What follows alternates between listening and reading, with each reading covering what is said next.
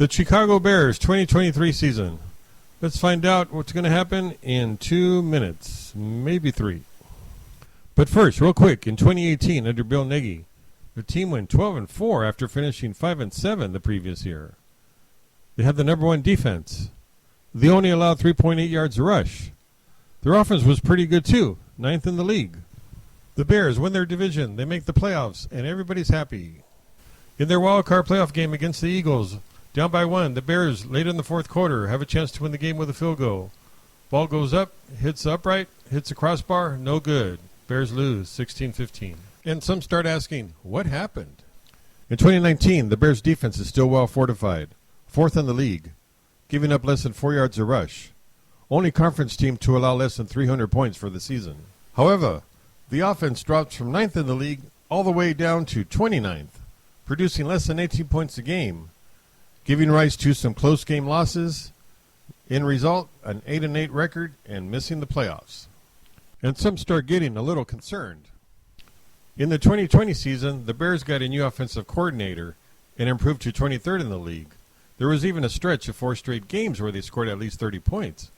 The defense, however, dropped from 4th to 14th. The end result was an 8-8 record, just as they had in the previous season. This time, they made the playoffs and lost in the first round to New Orleans, 21-9. Next season, 2021, the Bears' offense drops to 27th in the league. The defense spirals down to 22nd, giving up 4.4 yards a pop.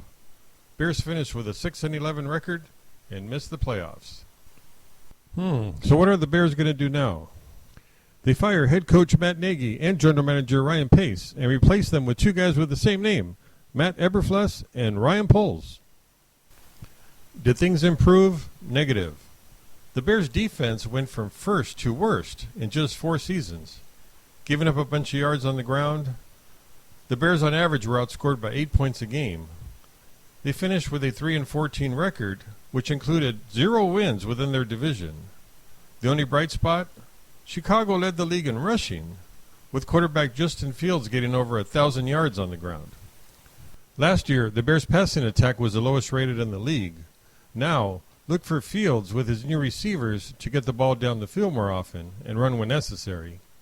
The rushing attack is sure to stay on point with a dual threat of Herbert and Foreman. On the opposite side of the ball, stopping the run will be a focus, particularly now with the acquisitions of Walker and Ngakoue. And now the prediction for the Chicago Bears 2023 season. Wait for it. They'll start strong with a division win against the Packers.